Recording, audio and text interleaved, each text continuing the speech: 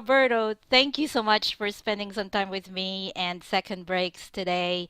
I had such a great time talking with you the other day, and I Thank just you wanted too. to follow up with you on a couple of things. You took me through your journey, from corporate life to entrepreneurship, from music industry to design, and the ups and downs and the challenges around that. And there was one thing that you said that really struck me, and when you said, you kind of look at things as, or every situation as something that leads to an opportunity. And I thought that was great. And I was wondering if you could expand on that a little bit and talk to us a little bit about how that statement guides you. The best way I can think of it is like when you're driving and you hit a fork on the in the road and you have to make a decision on which way to go, or that how people that analogy that people use, there's two different roads to take, Yes. and which one is the best one.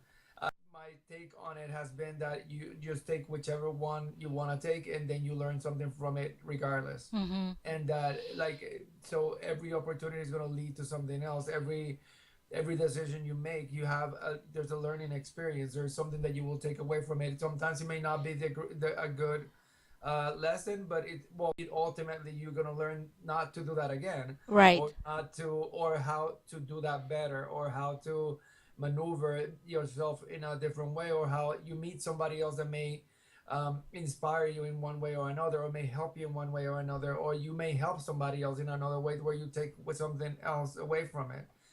And I still fall into the habits of sometimes thinking like, oh my God, I did the wrong thing. And then I have to pull back and say, no, I learned something from this. And what did I learn from this? And can I take it forward?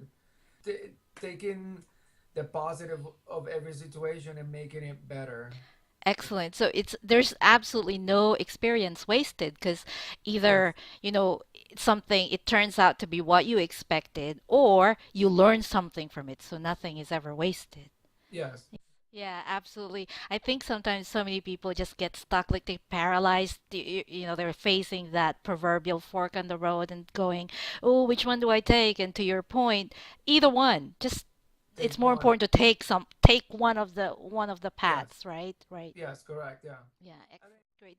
This is actually a good segue to, the other thing that I wanted to touch base with you this morning.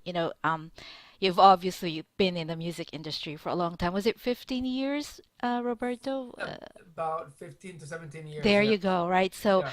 obviously your family, your friends, your circle, they know you as that guy, that Yes. business guy from the music industry. And, to become the designer, you had to go back to school, you put yourself in different situations. So you yourself, you experienced the transition, the evolution to becoming a designer, but everybody else around you, they're just observing, they're from the outside looking in. And Yes. so I was wondering if you could talk a little bit about how the family, the friends, how they reacted to the transition, and then what, if any, you did to help them sort of see you in the new light, see you as a designer.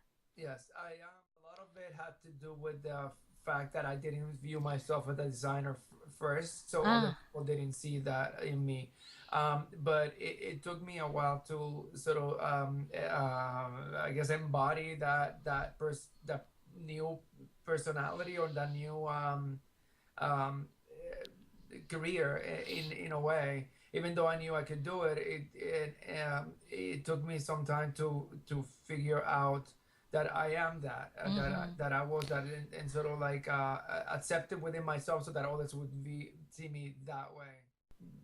What it started happening is that the more confidence I developed in it, the more I felt secure in the in that new career, I guess.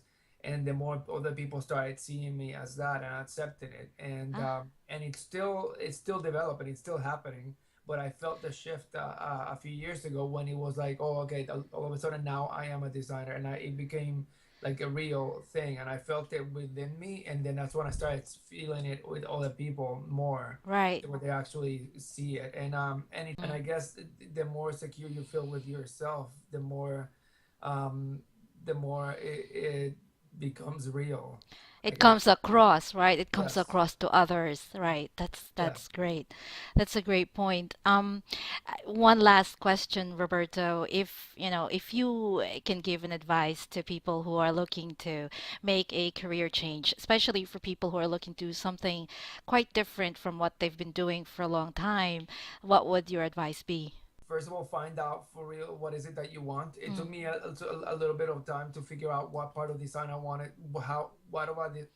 I knew I wanted to get into design. I knew what I wanted to create. I just didn't know how what kind of a designer I wanted to be. Ultimately, I became the designer that I was, what that I saw in myself when I was a little kid. Ah, I could remember it when I would used to create all these characters and like doodling and how passionate I was about it.